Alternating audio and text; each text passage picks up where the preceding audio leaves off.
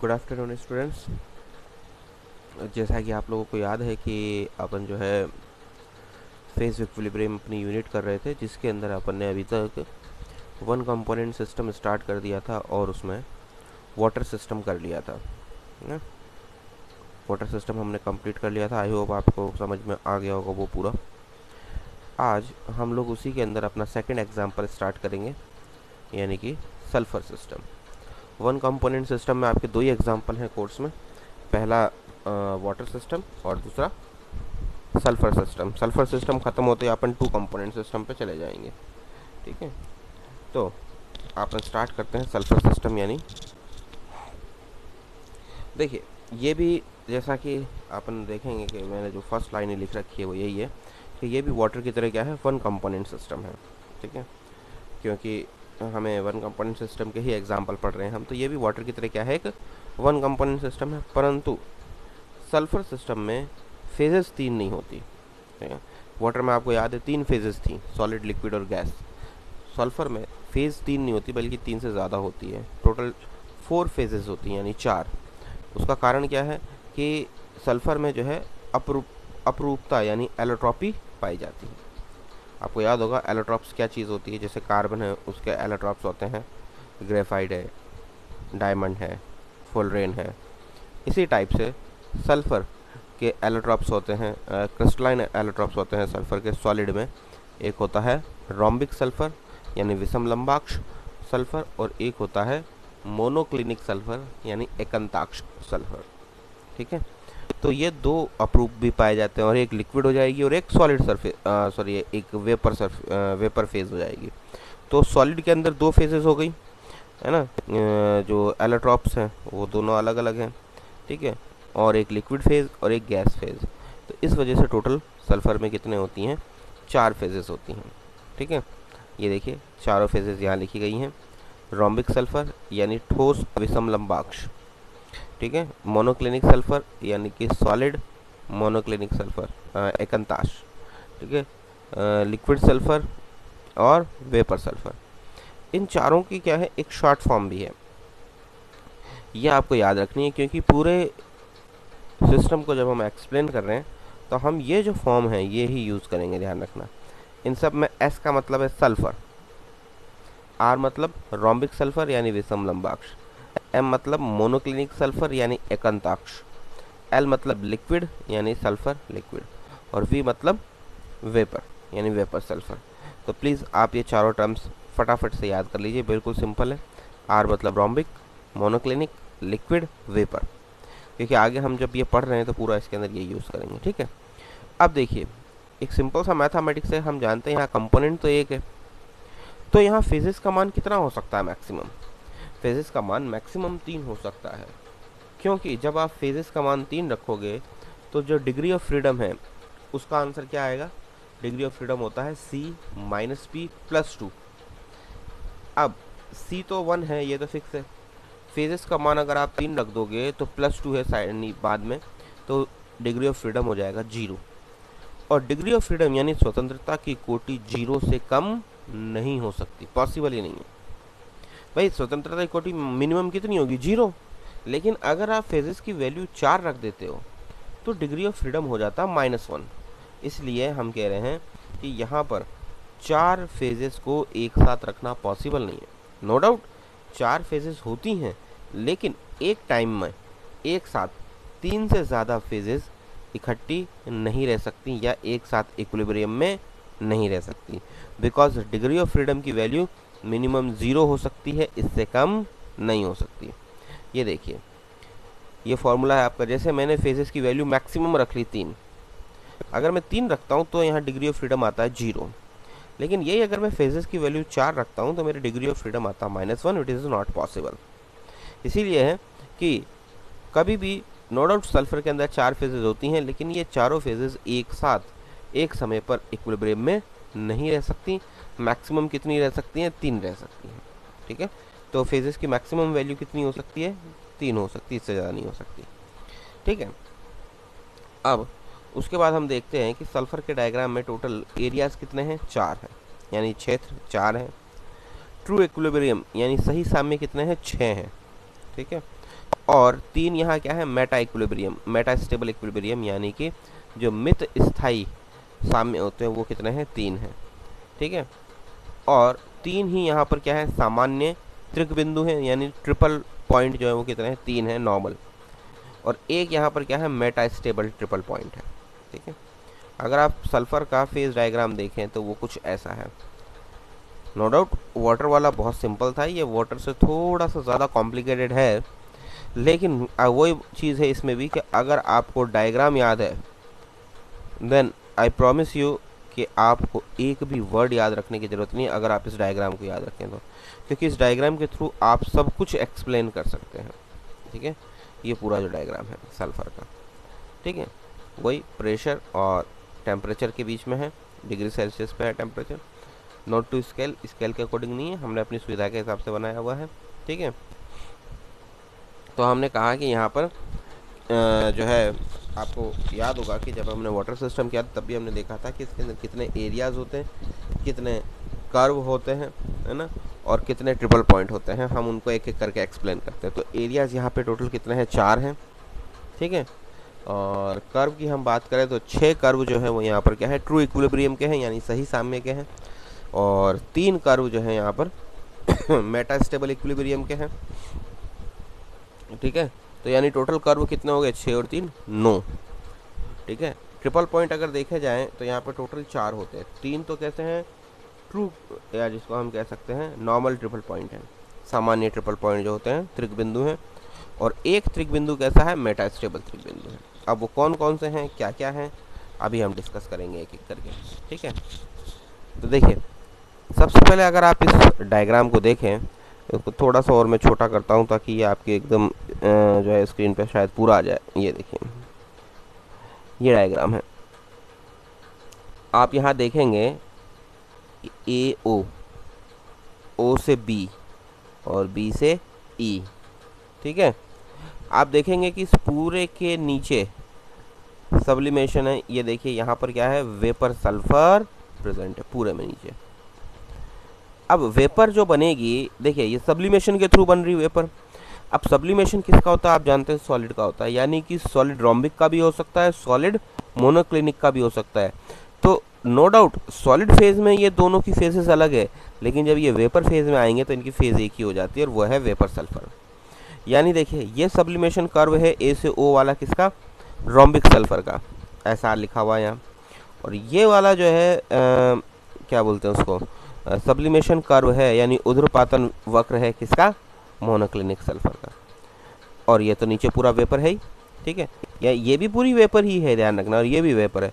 ये तो सॉलिड से वेपर हो गई, यानी ये कौन सा हो गया, सब्लिमेशन कर्व हो गया। और ये क्या हो गया, ये तो आपके है वेपर प्रेशर कर्व, क्योंकि लिक्विड किस में कन्वर्ट हो रहा है, वेपर में। यहाँ पूरे पे क्या है, लिक्विड, देखिए इसका मतलब ये पूरा लिक्विड है ये, ठीक है। ई बी सी के बीच में ये पूरा क्या है, लिक्विड है, ठीक है। ए ओ सी तक मान लो या डी तक मान लो, ये पूरा क्या है आपका, रोम्बिक सल्फर है, ठीक है। ये पूरा रोम्बिक सल्फर है, सॉलिड है जो कि, ठीक है। ये है ए डैश है, देखो ये तो ए है और ये ए डैश, ए डैश जो है वो आप देखिए ये मेटा स्टेबल स्टेट को बता रहा है। यहाँ क्या है, ये मोनोक्लिनिक सल्फर है, सॉलिड।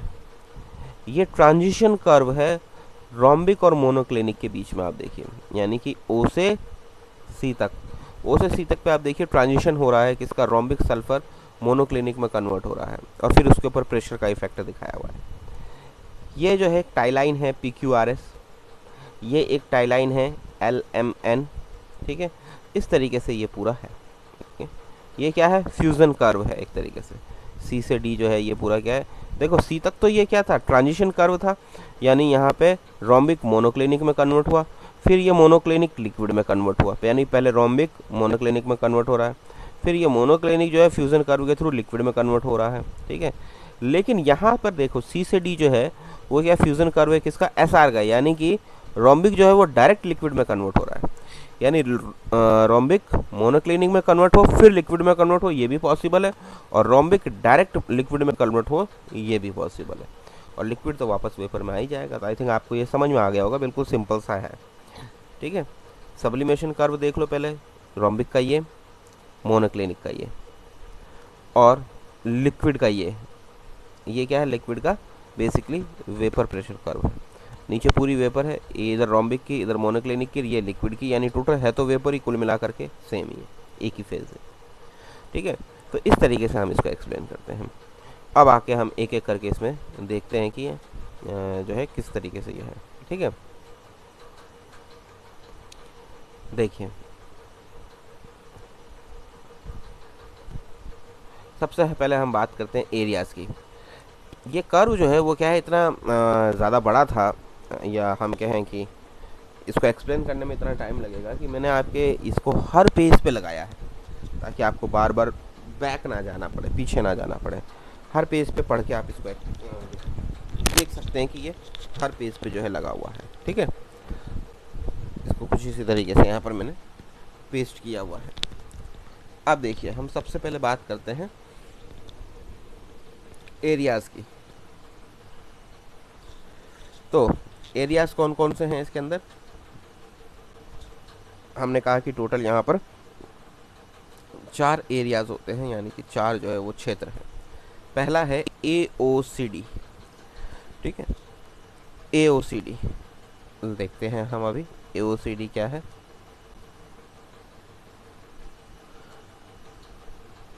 ये देखिए AOCD, ये पूरा ध्यान से देखिएगा, ये कर्सर जहाँ चल रहा है AOCD, ये एक एरिया है जो किसको बता रहा है? अगर आप देखेंगे तो ये पूरा सॉलिड रोम्बिक सर्फर को बता रहा है। पूरा देख लीजिए, ये पूरा का पूरा क्या है, सॉलिड रोम्बिक सल्फर है। देख लीजिए, इसके बाईं ओर मतलब लेफ्ट साइड का एरिया सॉलिड रोम्बिक सल्फर को रिप्रेजेंट कर रहा है। ठीक है, सेकंड एरिया कौन सा है? COB। अब देखिए नेक्स्ट एरिया क्या है? COB, ये जो एक ट्रायंगल बन रहा है बीच में, देखिए ये एक सेकंड एरिया है। ठीक है, COB, ये किसको शो कर रहा है? आपको पता चल रहा होगा, ये मोनोक्लिनिक सल्फर को शो कर रहा है। ठीक है, देख लीजिए, represent solid monoclinic sulphur. Next जो है वो एरिया वो क्या है? DCBE। DCBE आई बात समझ में? DCBE ये रहा पूरा, ये किसको शो कर रहा है? लिक्विड सल्फर को। और लास्ट जो है वो आपका बचता है AOBE, ये किसको शो कर रहा है? वेपर सल्फर को। देख लीजिए, यही होगा AOBE या EBOA, एक ही बात है, वेपर सल्फर। तो ये मैंने आपको कहा था कि अगर आपको ये कर्व याद है तो आपको कुछ भी याद रखने की जरूरत नहीं, आप इसको अपने आप एक्सप्लेन कर सकते हैं। देख लीजिए, अपन ने कहा एरियाज, तो एरियाज याद रखने की ज़रूरत है कि आप सिंपल बता सकते हैं। देखो एक एरिया ये रहा, यानी कि AOCD, ये रहा रोम्बिक सल्फर। एक एरिया ये रहा COB, ये क्या है? Monoclinic sulphur. एक एरिया ये रहा DCBE, ये क्या है? Liquid sulphur. और एक एरिया ये रहा EBOA, इसके नीचे वाला वो क्या है? Vapour sulphur. ये देखो बिल्कुल सिंपल। अब इन सब एरिया में अगर हम देखें तो फेज़ कितनी है? 1। यहाँ क्या है? केवल रोम्बिक सल्फर। यहाँ क्या है? Only monoclinic. यहाँ क्या है? लिक्विड। और यहाँ क्या है? वेपर। ठीक है, तो फेज़ 1 है, कंपोनेंट ऑलरेडी 1 है, यानी यहाँ पे डिग्री ऑफ फ्रीडम कितना आएगा? 2। इसका मतलब चारों एरियाज़ को सिस्टम जो है वो कैसे होंगे? बाइवेरिएंट है, यानी कि द्विचर है। यानी सिस्टम को किसी भी पॉइंट को, ये जो 4 सिस्टम है, इनके किसी भी पॉइंट को एक्सप्लेन करने के लिए, इसके किसी भी पॉइंट को एक्सप्लेन करने के लिए हमें क्या चाहिए? 2 वेरिएंट चाहिए, और वो 2 वेरिएंट आपको बताने पड़ेंगे, तभी आप पूरे सिस्टम को एक्सप्लेन कर सकते हैं। यानी किसी भी सिस्टम के किसी भी पॉइंट को एक्सप्लेन कर सकते हैं। वो 2 वेरिएंट क्या है? टेम्परेचर और प्रेशर। ठीक, उसके बाद हम आते हैं कर्व पे। अब देखिए, अब आप ऐसे देखेंगे तो ये बहुत दूर हो जाएगा। मैंने वही कहा कि मैंने हर पेज के ऊपर लगा रखा। अब जैसे कर्व आपको पढ़ना है तो ये देखिए नीचे रहा आपके पास, यहाँ पर भी है ये डायग्राम। ठीक है, अब कर्व हमने कहा कि यहाँ पे टोटल 6 कर्व, 6 तो हैं ट्रू इक्विलिब्रियम वाले कर्व, और 3 है यहाँ मेटास्टेबल वाले इक्विलिब्रियम कर्व। ठीक है, तो पहले हम ट्रू इक्विलिब्रियम वाले कर्व की बात करेंगे, जिसमें सबसे पहला कर्व है AO। अब देखिए AO क्या है? ये रहा AO। बेसिकली क्या बता रहा है? यहाँ लिखा हुआ देखो, sublimation curve of rhombic sulphur. ये बता रहा है sublimation rhombic sulphur. Rhombic sulphur यहाँ सॉलिड है, और यहाँ क्या हो गया? वो सीधा वेपर में कन्वर्ट हो रहा है। टेम्परेचर कितना है? 95.6। ठीक है, आ जाइए वापस। Rhombic sulphur are very stable at 95.6, stable है कहाँ 95.6 डिग्री सेल्सियस पे। And curve A O represent sublimation of rhombic sulphur, it represent equilibrium between rhombic sulphur and vapour sulphur. यानी रोम्बिक सल्फर जो है 95.6 डिग्री सेल्सियस पे बहुत stable है, और ये जो कर्व है ए ओ ये शो कर रहा है उध्रुपातन किसका, रोम्बिक सल्फर का, ठीक है।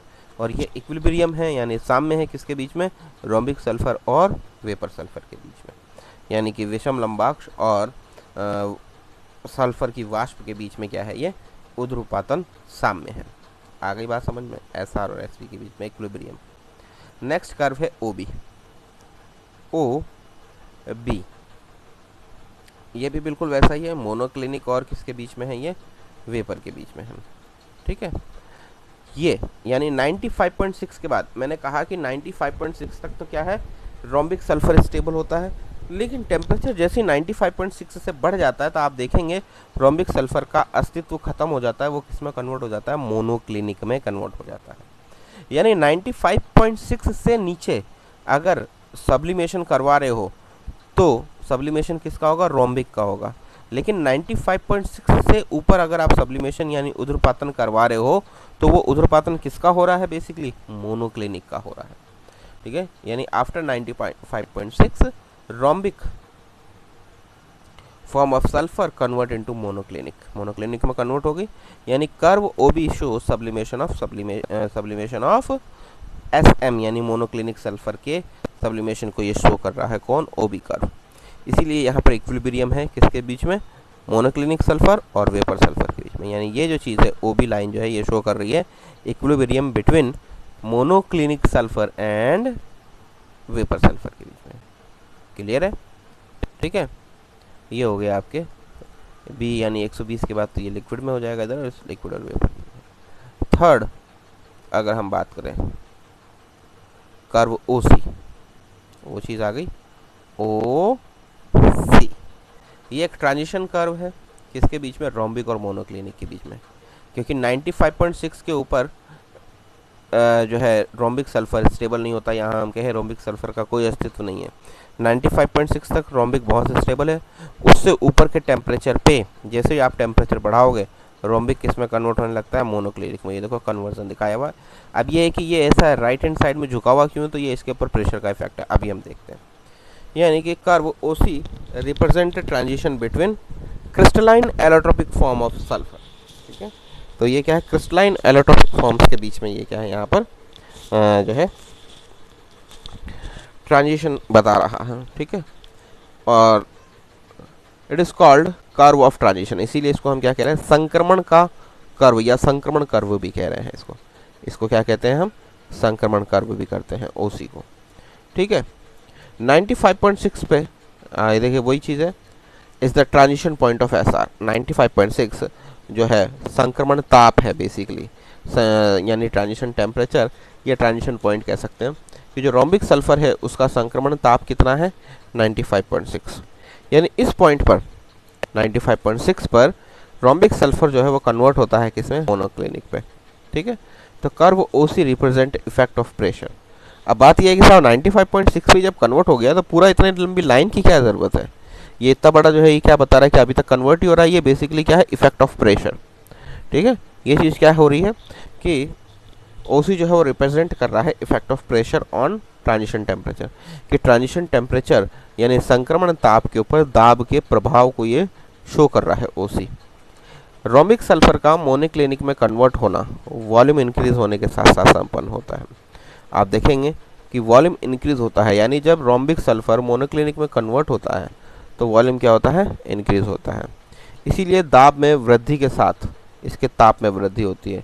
इसीलिए हम क्या करते हैं, क्योंकि जब वॉल्यूम इंक्रीज होगा तो नो डाउट प्रेशर बढ़ेगा और दाब में वृद्धि होगी, और जब प्रेशर बढ़ेगा तो इसके ताप में भी वृद्धि होती है, ठीक है। इसीलिए आप देखेंगे यहाँ पर कि ओसी में आप देखें कि ये कन्वर्ट हो रहा है पूरे टाइम में रोम्बिक सल्फर मोनोक्लिनिक में, तो इसका प्रेशर बढ़ रहा है। देखिए प्रेशर बढ़ रहा है, ये देखिए ये ऊपर जा रहा है, प्रेशर बढ़ रहा है, क्योंकि वॉल्यूम बढ़ेगा तो प्रेशर बढ़ेगा, और अगर प्रेशर बढ़ेगा तो टेम्परेचर अपने आप बढ़ेगा। आप देखेंगे कि जो 95.6 डिग्री सेल्सियस टेम्परेचर था वो अपने आप कितना 114, 15 और 120 तक जा रहा है। ठीक है, 120 तक आप देखेंगे मोनोक्लिनिक सल्फर क्या होता है, स्टेबल रहता है। ठीक है, ये देखिए पूरा है ना, और ये उसका क्या है, मोनोक्लिनिक सल्फर है। तो कहने का मतलब ये किसको बता रहा है, उसके प्रेशर का इफेक्ट बता रहा है। ठीक है, कि प्रेशर बढ़ाना पड़ेगा, क्योंकि बढ़ाना पड़ेगा क्या, सॉरी, प्रेशर बढ़ता है क्योंकि वॉल्यूम इंक्रीज होता है। कि रोम्बिक सल्फर जब मोनोक्लिनिक में कन्वर्ट होता है तो प्रेशर इंक्रीज होता है, जिसकी वजह से सॉरी वॉल्यूम इंक्रीज होता है, जिसकी वजह से प्रेशर बढ़ेगा, और प्रेशर बढ़ेगा तो मोनोक्लिनिक का टेम्परेचर बढ़ता जाता है। ठीक है, नीचे थे अपन, ये रहा। वॉल्यूम इंक्रीज होता है, साथ संपन्न होता है, और ताप में वृद्धि के साथ इसके ताप में भी क्या होता है, यानी टेम्परेचर भी बढ़ता है। इसलिए ओसी का झुकाव जो है वो दाएं हाथ यानी कि राइट हैंड की तरफ है। ठीक है, और ओसी रिप्रेजेंट कर रहा है इक्विलिब्रियम यहाँ पर between rhombic sulphur and monoclinic sulphur. ये भी एक ट्रू इक्विलिब्रियम था। उसके बाद में है कर्व सी और डी। ये देखिए बहुत छोटा सा कर्व है सी डी। ये सिंपल है, फ्यूज़न कर्व है किसका, रोम्बिक सल्फर का। क्योंकि यहाँ तक तो सल्फर, रोम्बिक सल्फर जो है वो कन्वर्ट हो रहा था मोनोक्लिनिक में, और ये क्या है कि रोम्बिक अगर सॉलिड में कन्वर्ट ना हो, यहाँ से सॉलिड में जा रहा था, लेकिन वहाँ उसकी एलोट्रोपिक फॉर्म चेंज हो रही थी। लेकिन हम क्या एलोट्रोप में ना कन्वर्ट हो, बल्कि ये जो रोम्बिक सॉलिड है ये डायरेक्ट किस में कन्वर्ट हो जाए, लिक्विड में कन्वर्ट हो जाए। तो वो कैसे पॉसिबल है, ये सी डी पे। लेकिन ध्यान रखना टेम्परेचर 150 डिग्री से ज़्यादा होना चाहिए और प्रेशर 1290 एटीएम से ज़्यादा होना चाहिए। अभी हमने कहा था कि रोम्बिक सल्फर 95.6 तक ही स्टेबल है, लेकिन उसके बाद वो मोनोक्लिनिक में कन्वर्ट हो जाता है। तो 150 पे कैसे स्टेबल होगा भाई। लेकिन आप यहाँ देखें, यहाँ प्रेशर बहुत कम है। जब प्रेशर कम होता है तो रोम्बिक सल्फर 95.6 पर ही मोनोक्लिनिक में कन्वर्ट हो जाता है। ध्यान से समझिएगा इस चीज़ को। या रोम्बिक सल्फर जो है कम प्रेशर पे इसमें वेपर में भी कन्वर्ट हो सकता है, डिपेंड कर रहा है आप उध्रुपातन कराना चाह रहे हो यानी सब्लिमेशन कराना चाह रहे हो या ट्रांजिशन कराना चाह रहे हो।